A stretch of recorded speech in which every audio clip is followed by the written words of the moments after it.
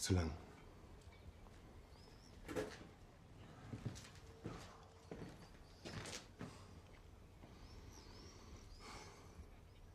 Können Sie nähen? Ich meine kürzen. Das Kleid.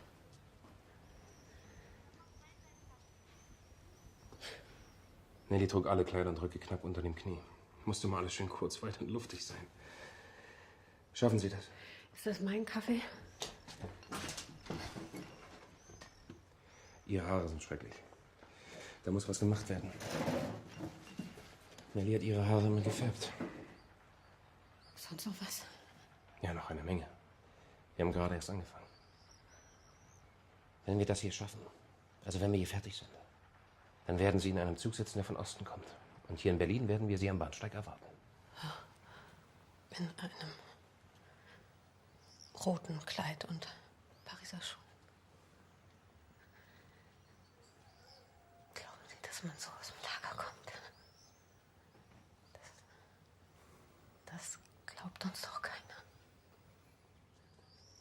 Sie haben doch selbst gesehen, wie die Leute hier vorbeigehen. An all den Heimkehrern und Versehrten mit Verbrennungen und zerschossenen Gesichtern. Niemand schaut sie an. Niemand will etwas zu tun haben mit denen. Aber ihnen sollen sie ins Gesicht schauen. Und sagen, das ist Nelly. Sie lebt, sie hat's geschafft. Sie ist zurück. Sie freut sich. Sie hat ein luftiges Kleid angezogen, wunderbare Schuhe, weil sie sich freut. Nur so bekommen wir das, was wir wollen. My name is Nicholas Bell with Ion Cinema, and I'm sitting here with actress Nina Haas, the day after the world premiere of Phoenix, your impeccable new film with Christian Petzold. I loved it. I've been a huge fan of Petzold for a long time, and I distinctly remember renting Yella, and then discovering who you were, and then I was just like, I can't get enough of. That it opened me up to his whole catalog, but I guess I first wanted to start out with your partnership, kind of with Christian Petzold as a collaborating film team. You first started in 2001 with Something to Remind Me. Yes. Is that correct? Yes. So yes. How long after that film did you know that you would continue? Well, while doing it, okay. Actually, yeah, I remember that we had to shoot a scene in a train, which was actually carrying the character, but also us as a whole team from the south of Germany to the north of Germany. So we continued shooting in the north and filming the traveling, also. And once we had done that, we were sitting there chatting, and then Christian said, well, I got something for you. I have the next script here. And I remember he was kind of nervous if I would like it or not. And I read it on my travel. So while shooting something to I never heard it because I never heard the English title. Yeah, that's the English title. It's hard. I haven't seen it because it's hard to get a hold of. Because it's a TV movie, and so that's when I knew about Wolfsburg. Yeah, that was the next one. So that was the next one. And then while shooting something to remind me. Something to remind me. He also gave me the novel Barbara. Oh, that started that early. Yeah, without saying, he said that's something I really like, and eventually maybe I want to do something with it. But also I just really love the novel. So that's why I read the novel Barbara, and then without knowing that maybe one day we're going to do it. Okay. But so those are the things that are in his mind. So obviously with the first movie I evoked a lot of stories that he wants to tell. Okay. So that's how that started, all of that process. That's interesting with Barbara. So that started with a novel, because the this is your sixth collaboration, right? Mm-hmm. Many of the other ones are based on previous famous film materials. Like, I just realized Yellow was loosely Carnival of Souls, and Jericho Post Knowledge Twice. And Phoenix is Return from the Ashes. Yes. Which I haven't seen. No, this is a novel. Again. There was a film version with Ingrid Thulin. Am I saying Are you sure? the Bergman actress? Yeah, a 1965 British film called Return from the Ashes. The director was J. Lee Thompson. Yeah. No, I have to write that down. I actually haven't seen that either, but I didn't even Inga realize. Thulin is one of my favorite Yeah, the actresses. Bergman actress. Yeah. Oh. And Samantha Eggar's in a supporting role, but I think No. I missed it's been that. reworked. How can I miss that? Really? Yeah. And it's called Return of the Ashes? Return from the Ashes. It's a British song.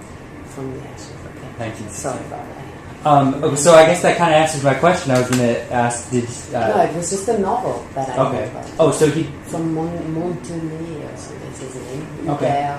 Hubert Montenay. So he... you've never actually been required to watch any of the films that the other ones may have been based on in preparation? Or No, the other ones I knew. Okay. Yeah. Okay. And I think I'm not sure if he's aware of that. To be honest. Maybe. He never talked about Yeah, it. it's... We just talked about the novel. I've heard the film. I've heard of that film before, but I just... it's not... I guess... I wouldn't say it's obscure, but I guess... Yeah. I I don't know. That's weird. Interesting, okay.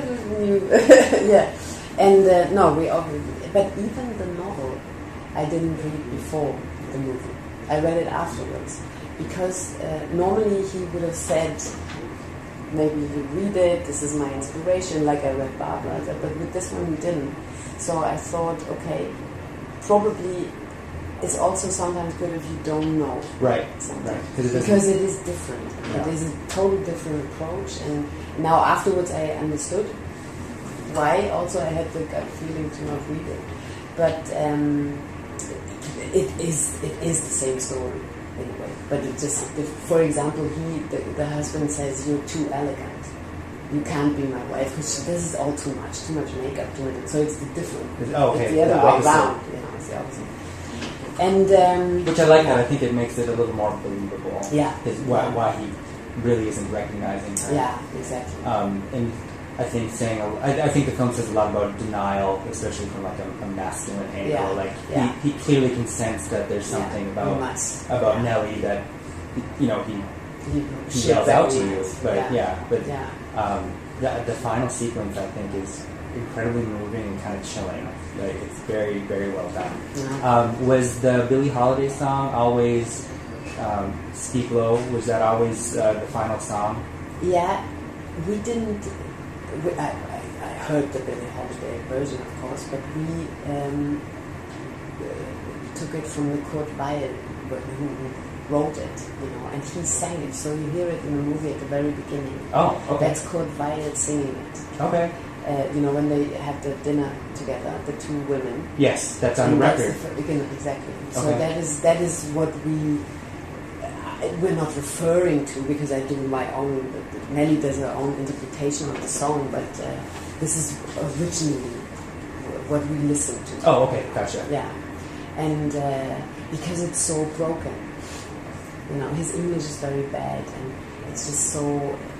He doesn't even want to try to sing well or something, It's just about he has to sing it, and so that was our starting point anyway for the song.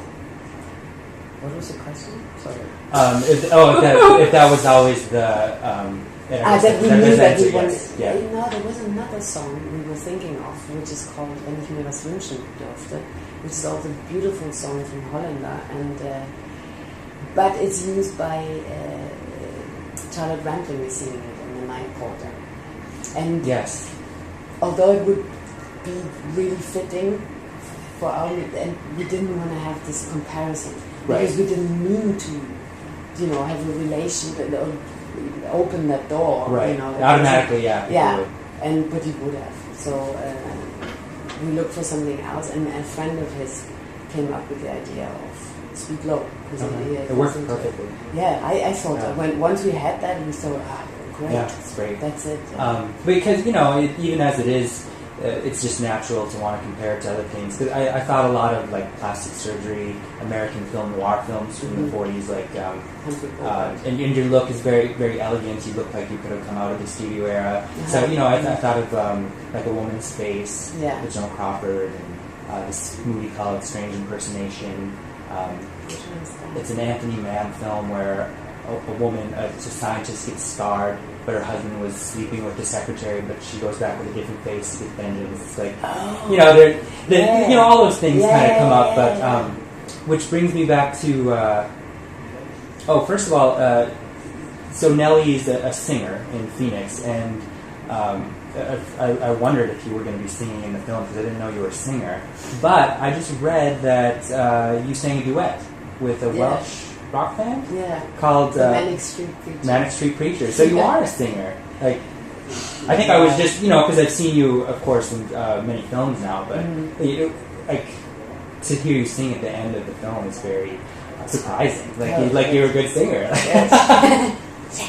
So yeah, no, it worked, and you know, then that's the moment when you're like, oh, that's the part you can't fake. That's he knows it's you. Yeah. But anyway, I guess I didn't realize that. Is that something you also pursue and have a career in? Yeah, well, I don't have a career in it because I always find it a bit complicated to do both things because you have to kind of invent yourself as a singer as well, and you know, right. and I'm not sure. Well, so far, maybe I'll do it one day, but so far I haven't. So I just use that ability to put it into my work, you know. So I sang on stage in a play, for example, or do these things. Then all of a sudden, this band approached me. Right. Oh, they approached you. Okay. Yeah, because my boyfriend is their music producer for this particular album. Oh, okay. All right. He was, and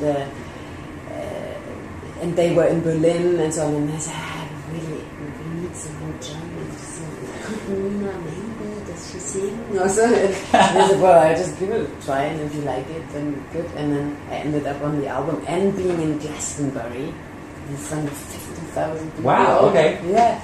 So it just, but I love that, you know, that things just happen without you forcing it or doing it. It was very such a organic joy, very organic. Okay. And that's how I see it with this also, that I embrace the opportunity to sing because I love it very much.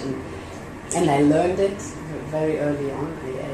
I had the idea of doing opera, and then I skipped that. Because you started out very young, right, on stage, right? Yeah. Okay. I was 14. And then you broke in the film in the late 90s, like 96? Yes. Okay. Yes. Yeah. So you've kind of become the face of the Berlin school, I feel. Because Christian Petzold is the most prominent, at least overseas, name in there. And you star, yours Muse, I guess I would say. Is that acknowledged between you two? No. Just said it. Okay. No. Okay. But no, I understand why it always comes up. But as you at the very beginning, you said collaboration, and I go with that. You know? Right. Because I don't. As a muse, you inspire someone by doing nothing anyway. Right. You know. Right. And that's not the case. So I am pretty much involved in at least creating my kind of side of the story. So that's why I'm always with this news thing. Right. It's fine, but I'm active. I'm an active news. Right. Yeah. Well, I would assume so. He has to know. You kind of discuss ahead of time, obviously, what's going to, what kind of project would fit, actually. Yeah. But well, it's the collaboration on set. You know? That's what I mainly talk about. If I say collaboration, it's not that I go back and say, "Tell me what to do." You know, that is the way. Really? So it's not like Herzog and Kinski. Yeah. German cinema. I feel like the stuff that we tend to see a lot of has to do with a certain period in time, but we don't often see like kind of the Reconstruction period, like with the German people right after pieces start getting put together. So I find that fascinating. But another film I saw you in 2008, which was originally called A Woman in Berlin. Yes. It's changed titles now. Yeah. But I saw that at TIFF in 2008. Oh, really? I didn't know. You were excellent in that. Oh, thank you. Max Faberbach. Yeah. So you're kind of on the opposite side of that same period. Yes. I guess, what were there any parallels, I guess, to playing these kind of different women that have had distressing scenarios on either side? Not really. I thought that they're really they have such a different experience in that period of time, and that they have really somehow nothing to do with each other except time and place. Time and place, and it's and also where they come from is different. The way they look into the world is different. And so it's just the coincidence of you playing both of them is very a term paper or something. No, but I love the fact about this because obviously when I worked on Anonyma or the woman in Berlin, I really was looking for that period of time about everything that happened to the women when the Russians came and all of this and about her writing so honestly about it, also about her beliefs, and kind of where it switches and you see what happened to your beliefs, what was made out of this and all these things, and also the dishonesty about it and this trying to not look. So I was somehow the friend of Nelly, right. The friends that you from this political point of view, not what. I guess that's a good point. A parallel between the two is looking where people did not want to look, because the recurring thing in Phoenix is no one. Exactly. I think that's the most devastating part of it. But no one wants to say what happened. No, and for Anonyma, afterwards, after the war, no one also wanted to look at that tragedy. Well, even if you look at how it's covered in film, like we exactly. Not about looking what the Germans did to the Russians. Really, there was nothing we talked about. What the Russians did to the Germans was nothing. It's so somehow about all the cruelties in war. No one discusses it. And of course here it's different because it's the most horrific thing that can ever happen to humankind. These concentration camps and the order it was carried out. Yeah, so this is the kind of that was my main underground feeling for Nelly, that you don't understand. You don't understand what happened to you when you're being put in there. For what reason? For what? Because you have the religion of being a Jew, and you don't even live that religion. Even if you would, it would be hard. And this is all, but it doesn't matter. It's in your blood or whatever, and you're being punished for something you don't understand. And in a way you don't understand, and you come back and no one asks, and you don't understand. The person you loved. You have the added psychological distress of he doesn't even recognize you. No, so you're lost, totally lost. I think the world around you it doesn't make sense, and you come back and you thought now everything will make sense because I'll find the one, my husband. Why I survived because I believe in love and the power of love or whatever. It carries you. You're not alone. And then you're so alone. And you're. But what I love about the movie, even though they're right about it, but it has no happy end, it's hopeful. It is because she's moved out. She's moved out, but she still believes in the concept of love. I think And because it has been strong and it has been there, that's why she survived. She just now had to see that it can't continue. Yes. The experiences are too different. And something had happened that maybe she can't, maybe not even it's asked to forgive, but to deal with it right now. They are too far away. Maybe in 20 years' time they can talk about it. But so it's still, because it was there, she's at the point where she's at the end of the movie. She finds a certain strength. And her voice to sing. Exactly. And that's the hope in it. I felt, that was my happy end for her. The happy end is her. It's a difficult subject matter, but I did feel at the end it is a hopeful ending. It's moving on. Yeah, at least it has energy. Yeah, A little bit of closure. Like she needed him to know. Yeah, that's what it felt like. Yeah, she needed him to know without saying. Without saying. That's what's so great about the film and your performance is the pain that we can't ever know what that felt like, but just your expressions. The reunion scene with the old German friends on the train platform, just like your face. It says the film says a lot more without words. Yeah, and that's what's so great about the film. But I mean, that's